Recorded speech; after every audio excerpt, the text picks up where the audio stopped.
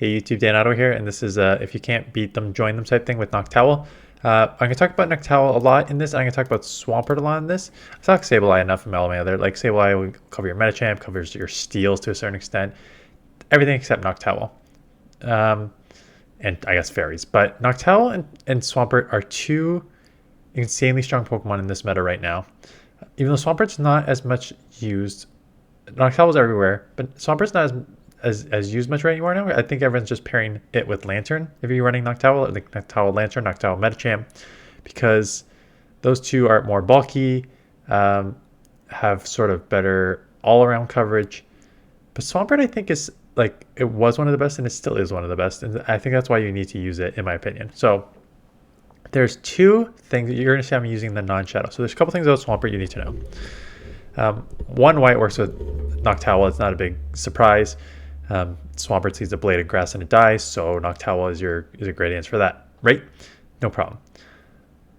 Swampert, I've played this matchup because I have a Shadow Swampert I love using, and I have a non-Shadow Swampert. And there's two things that come into play and for two Pokemon. So the non-Shadow Swampert is better for Lantern because 2 surfs to a Shadow Swampert takes you out, but 2 surfs to non-Shadow Swampert, I'm pretty sure, does not take you out. Shadow Swampert is better for Noctowl because 2 Hydro Cannons takes out Noctowl, but it takes 3 Hydros from a non-Shadow Swampert to take out a Noctowl. So it's basically your preference how you want to build your team. Because I have a Noctowl on my team, I'm more putting together a team to deal with Lantern, which is why I use the non-Shadow version here. So that's with Swampert. Swampert is one of those Pokemon. Why it's so good is, I mean, Hydro Cannon, I've already talked about the damage per second. It's insane when you can get a damage per second move in like the low to mid 2s. Like Hydro Cannon is like a 2.2, 2.4 damage per second move or something like that. But it's also like a super low energy move, right? Usually those high damage moves, damage per second moves that you see like 2.2, 2.4 damage per second moves are for like nukes, or you have like your Registeel or something that takes a while to, but you focus blast or zap can something, and those are closer to 2, right? But now you have a super fast hard hitting move like this, like Hydro Cannon, that does so much damage that you get to so fast that 2 Hydros here are going to take out a Metacham with ease. And if they shield, I already have a third one. And that's why Swampert's just so overpowered in any league that you use it, Match League or Ultra League. It's just that it's such high damage for Hydro Cannon. Plus, then you have Earthquake, which is also in itself a dominating move to cover all your steals, right? So you have Hydro Cannon that you can hit, like 2 Hydros just took out Metacham. If you use a Shadow 2 Hydros plus the Mud Shots will take out Noctowl. You have the Earthquake here for one shot all the steals. You have an Earthquake that'll one shot Lantern. So you have, so it covers the fighters. And there's some of these like you're just gonna get out bulked, right? Metacham, if the reason I was able to beat the Metacham there was because I already had an energy advantage. If you're going straight up, you're just gonna get out bulked by just counter Ice Punch. Realistically, is all they need to take you out. Even though you will get a couple, 2 or 3 Hydros off, in the one shield you're gonna lose. I'm pretty sure you'd lose that matchup. But that's kind of why I love using Swampert, is that for most of the meta, outside of grass, right, outside of Trevenants and your Razor Leaf, your Shadow Vix and whatever, and Altaria, like as a dragon, you're hitting neutral in pretty much all situations, and a neutral Hydro Cannon that goes so fast is amazing. So that is why Swampert is a beast, and that is why if I really need to run ELO, I'm using Swampert, like I always do.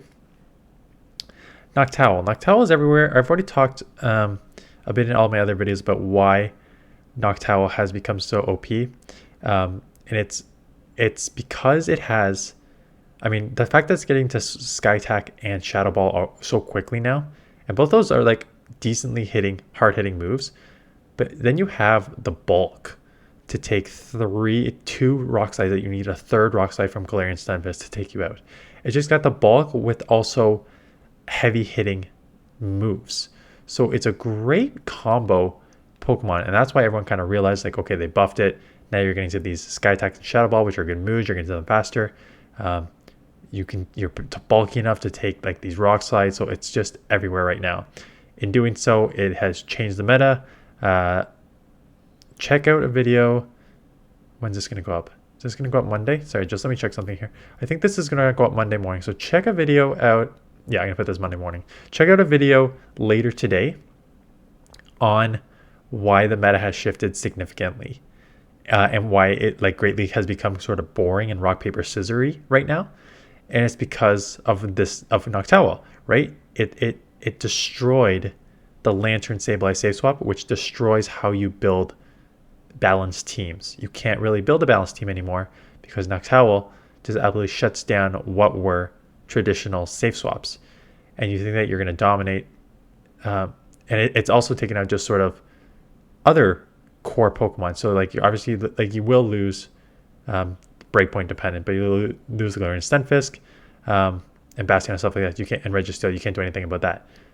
But your ability to now take out with these old safe swaps in Lickitung and Sableye, able to quite easily beat the Medicham as the main fighter in this meta, able to take out Swampert if it's not like I'm pretty sure the Shadow's one. I'll have to check PvP Poke after for the simulations, but I'm pretty sure you take out that with these. So you're just taking out so many of the core meta that it has completely shifted what people can bring to this meta. And that's why you're seeing so many Lanterns, because it's if you have such a strong, bulky Pokemon that can hit super hard everywhere, you need a Pokemon that can deal with it. And that's why the meta shrinks, and that's why we are where we are. I'll go into that a little more in depth this afternoon, so check out for that video.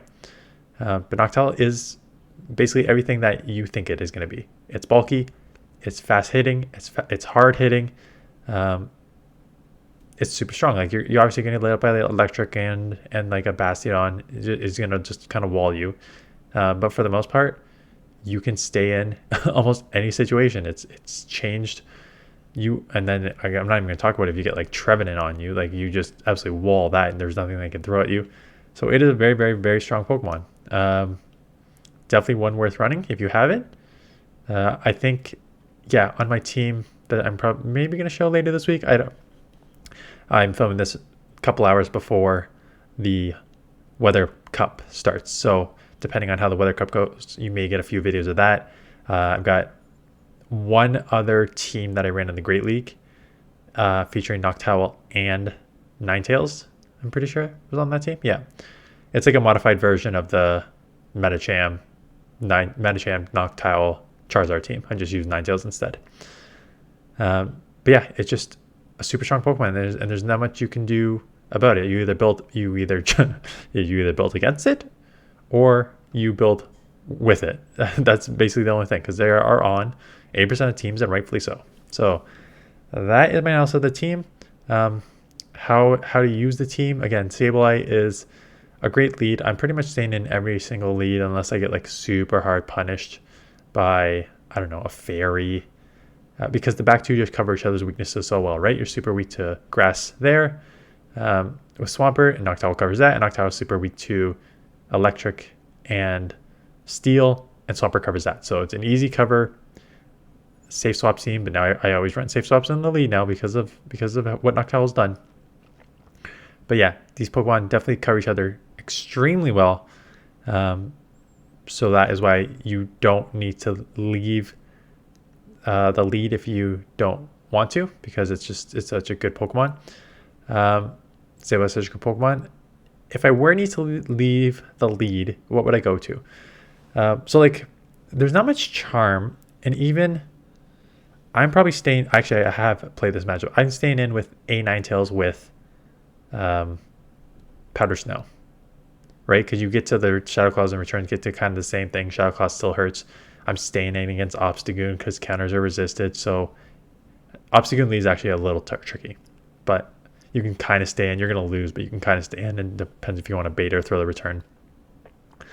Yeah, for the most part, I'm staying in against anything. I guess unless it's a fairy. If a fairy is in there, I am bailing into. Okay, if they have a fairy it means that they are probably also going to have some sort of like fighter in the back, because you need to watch out for like steel. So I'm probably going to save switch Noctowl. I think Noctowl is a pretty decent save switch.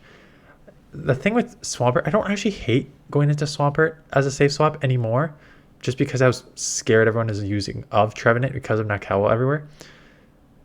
And again, if you don't get like a grass on Swampert, Swampert's still going to do a lot of damage. So it's kind of just like reading the team. If you think they don't have this was a good catch. I remember this game. I caught, I think, 2 catches in this game to win this. So there's one of the catches. And I think I made another catch later on too. Yeah, so if they don't have a grass on their team, and you get like a couple mud shot energy advantage, you're in pretty decent shape with Swampert as a safe swap, because even if they come in with something that's going to beat you, you're going to grab shields with the hydro cannons. So that is how I would play this team. Again, pros and cons, I've just kind of gone over all those already with these Pokemon. And that is basically it. So I have one more Great League team from last week, which I just mentioned, the Ninetales team.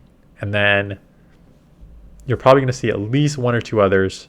Weather Cup teams, I assume, unless I just absolutely hate this meta, but we will see. I don't think this meta, I think this meta has potential. I think there is I honestly think the meta is probably more wide open than the Great League right now, quite honestly. I think there's more options in this Weather Cup for Pokemon than you will see in the Great League right now, is my guess. I think I can live here and get 2 Hydros off, and then come in with my Sableye. What's left? Sableye? Yeah. So get the Hydro off, and then actually do they have a shield? This may be enough to take out if they don't. No, and then I gotta come, and I should be able to live a foul play and get off a foul play of my own. Yeah, so early catch in the matchup there. Definitely a game changer for this one. But yeah, that is it. Great League is on right now, and so is the Weather Cup. So if you need teams for Weather Cup, I will link the video here of teams that I put out earlier. So that's it. Thanks for watching, and I will see you guys in the next one.